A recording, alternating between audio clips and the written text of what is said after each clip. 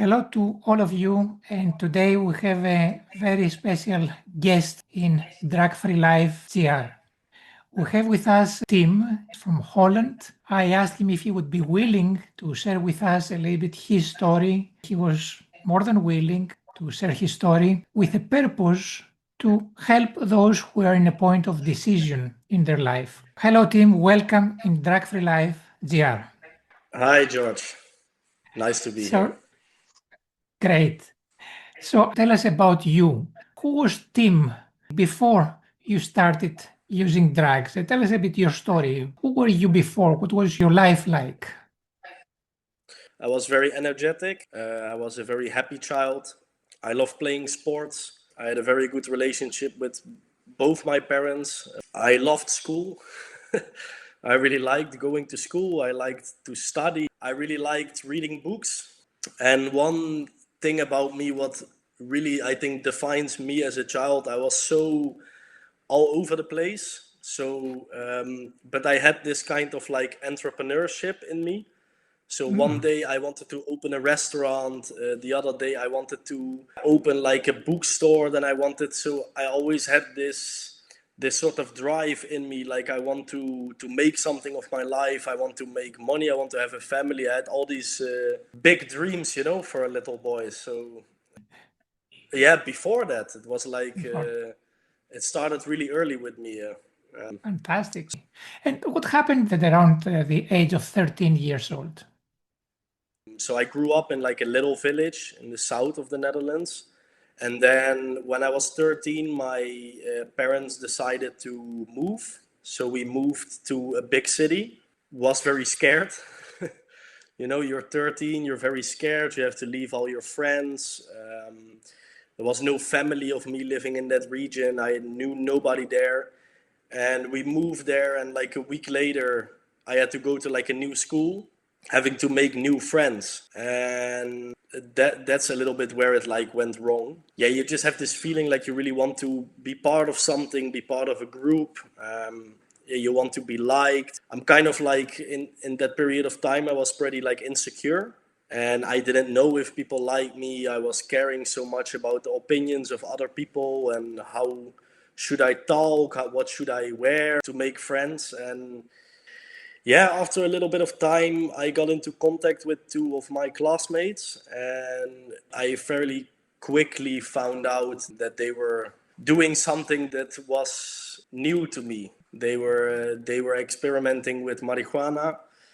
And in the village where I came from, like obviously you heard about it, but you don't really come into contact with it that much.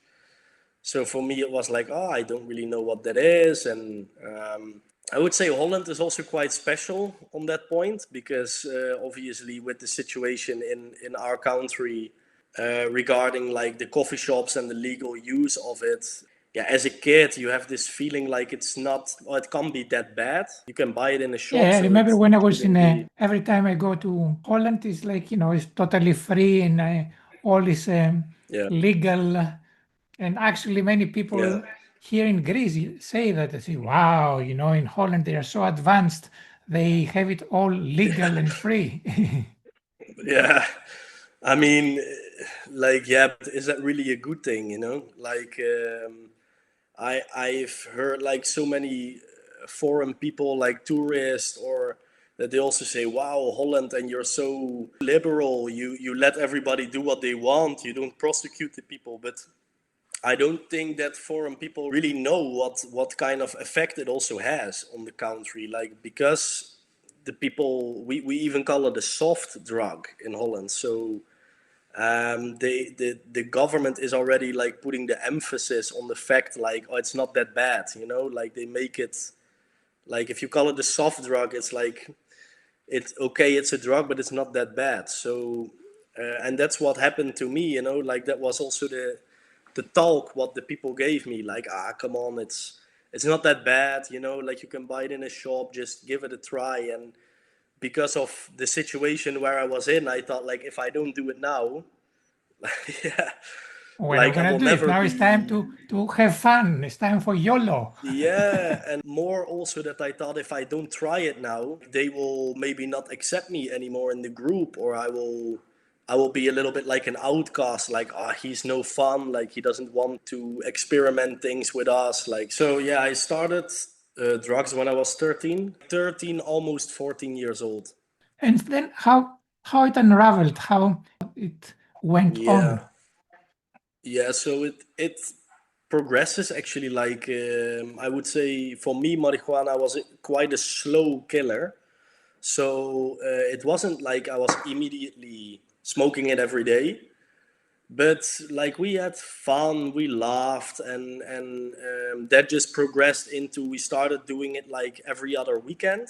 So it went on like that for some time. Then it was every day of the weekend.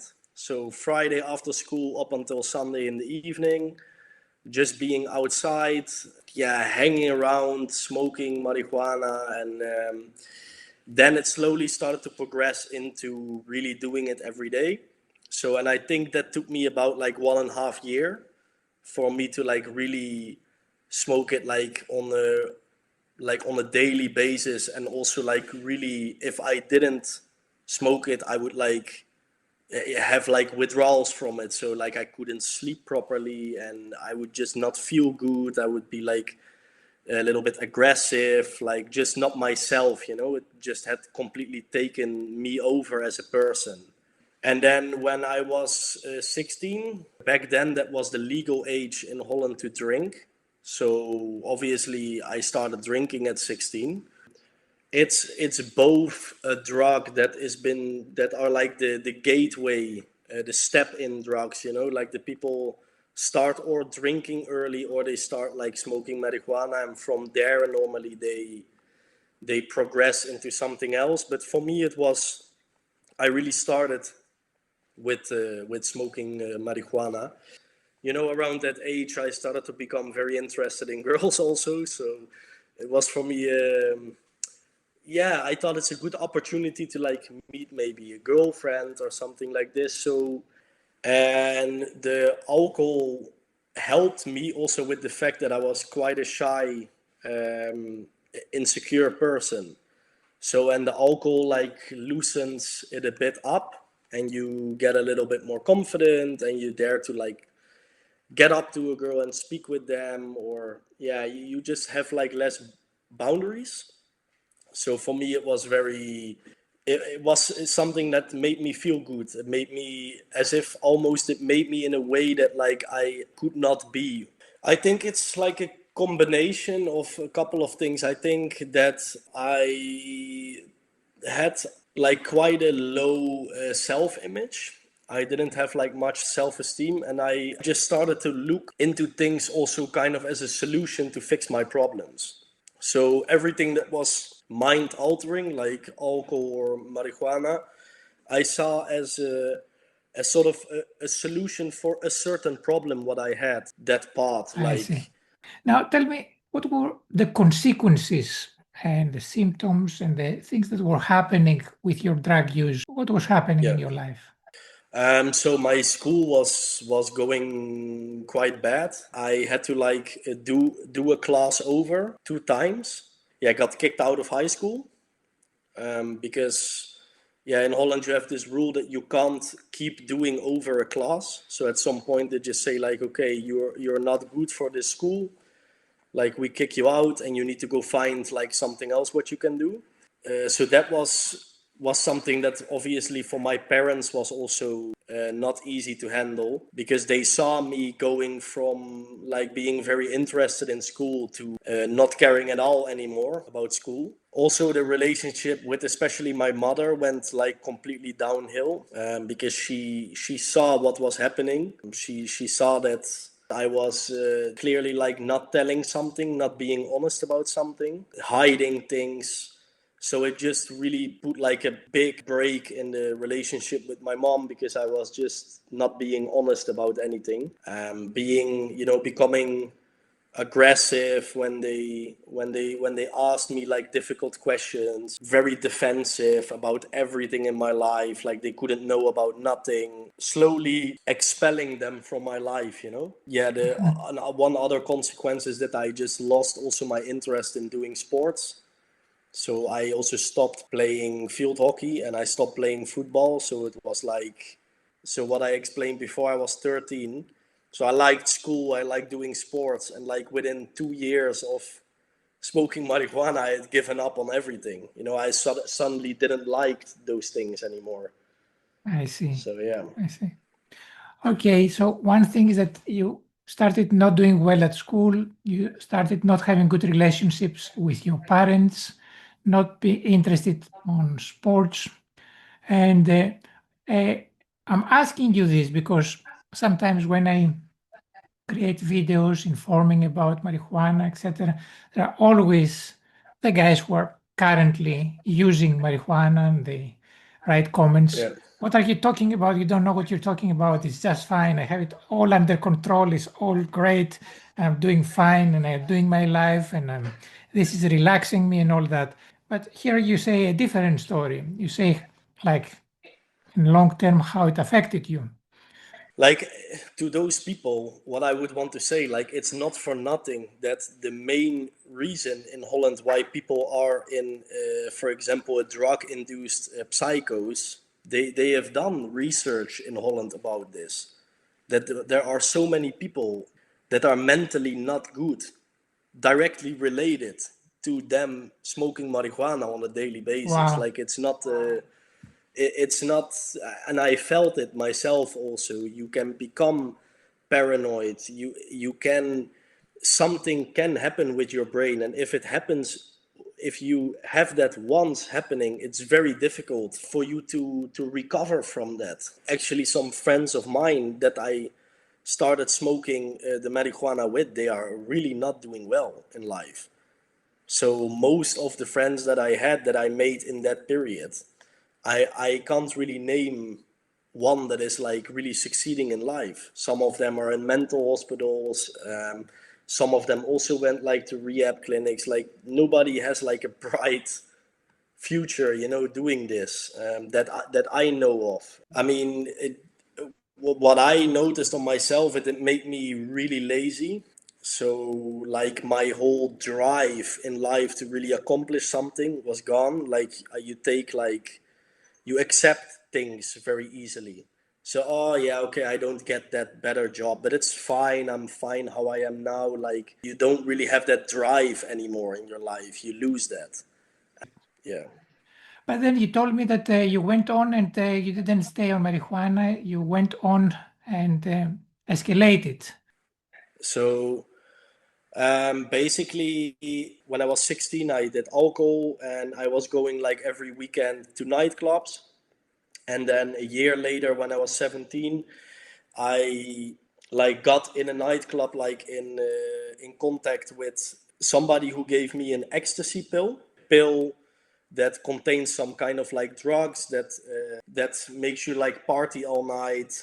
It gives you some like very high luck feeling, like happiness feeling, like you're on a pink cloud, a little bit like this. So they use it a lot in like the party scenes. So, and yeah, I got into contact with that, and that was like something I had never experienced before. Like, it was so an out of this world experience for me. Like, it was it was back then, in the period where I was in, that was like the best feeling that I ever experienced in my life, you know. And because I liked it so much, I just kept doing it like every weekend. So the problem with that is that you can party for like a day or two, but then you feel like really bad for a couple of days. It's really toxic because it's like purely made out of chemical synthetic like stuff. So it's like a real hazard for your body. And you feel really bad for like 2-3 days. You cannot really sleep. As soon as it was weekend, I just had to do it again. That went on for a little bit, and then it really went quite fatally wrong when I got into contact with cocaine, because I was very drunk. I had drunk way too much alcohol, and I went to the toilet, and at some point somebody saw obviously that I was very drunk, and they offered me this white powder, and they said it was cocaine. And because I was already trying out all these other things, I thought, why not? At some point, you don't really care what the name is anymore or whatever, because you will just try everything. You just look at what's gonna give you this next high. Yeah, exactly. So because you're like used to one thing, and then because the previous thing what you tried, you were like, oh, that was really good. So then if somebody offers you something else, you're like, oh yeah, maybe that is even better than what I tried before. So I tried that, and suddenly I was like not drunk anymore. I was very sharp. I felt really good. I felt really energetic. And then I just started to use that every weekend. And when it started to go wrong is that I would like buy it, use it in the weekend, but then sometimes I would have like a little bit left over. And where in the beginning I would just keep it for the next weekend, there was one moment where I decided like, oh, I woke up on Monday morning, I had to go to school, and it didn't because back then I was doing college, and I thought like I don't feel good, like I don't really want to go to school, and I had that little bit left of cocaine. So I took that on Monday morning, and I felt like the bad feelings were all gone, and I went to school and I studied and everything went really good. And that was for me really the moment where I made that dangerous decision, and where I just had this sort of realization like, oh, nobody noticed in school that I was on something, because it's quite, for me it was, people didn't see it on me if I was on cocaine. Yeah, I just went to school, everything went good, I had a really good day. So I thought to myself like, oh wow, I can just do this like more often, because I can study good. Nobody can notice. Yeah, and nobody can notice, so it was like perfect. And yeah, then it just progressed from that into like really having to buy everyday cocaine at some point. Obviously it doesn't go after that day like this, that you're using every day, but I think that took me about 8 months. And then I could just feel me just craving it every day. Like, and if I didn't had it, I was just going crazy. Like I couldn't do nothing without it. I just had to have it, Otherwise I just couldn't live my life anymore. Like I couldn't go to my side job. I couldn't go to school. Like I had to use it, This continued then throughout the school and after the school? Yeah, it continued for like about 4 years or something like that. It just destroys you completely, financially mostly, because it's really expensive. So that was the first thing when I really started to notice like, shit, I am using it a lot. When I just saw my salary coming in, or the money what I had for the month, and just in 5 days just being through all the money, and then needing to find a way how to get money, by stealing or doing whatever you can, to get the money, which is like you put yourself in quite a difficult situation. I couldn't really hold a job, so I would have a job for like a month, like for the probation period, and then normally they would kick me out because I would just like not show up, or I would just call in sick like 5 times a month, with like all these excuses. So I wasn't really able to hold a job. I lied to all the people, so obviously you create a very bad image of yourself, because you're not trustworthy anymore. People cannot build on you. Yeah, the relationship with my parents, just not picking up the phone and not calling them. They wanted to come visit me, just coming up with excuses why it's not possible, or that I have other plans. Yeah, and this you can do for some time, but you can't do this for years with your family.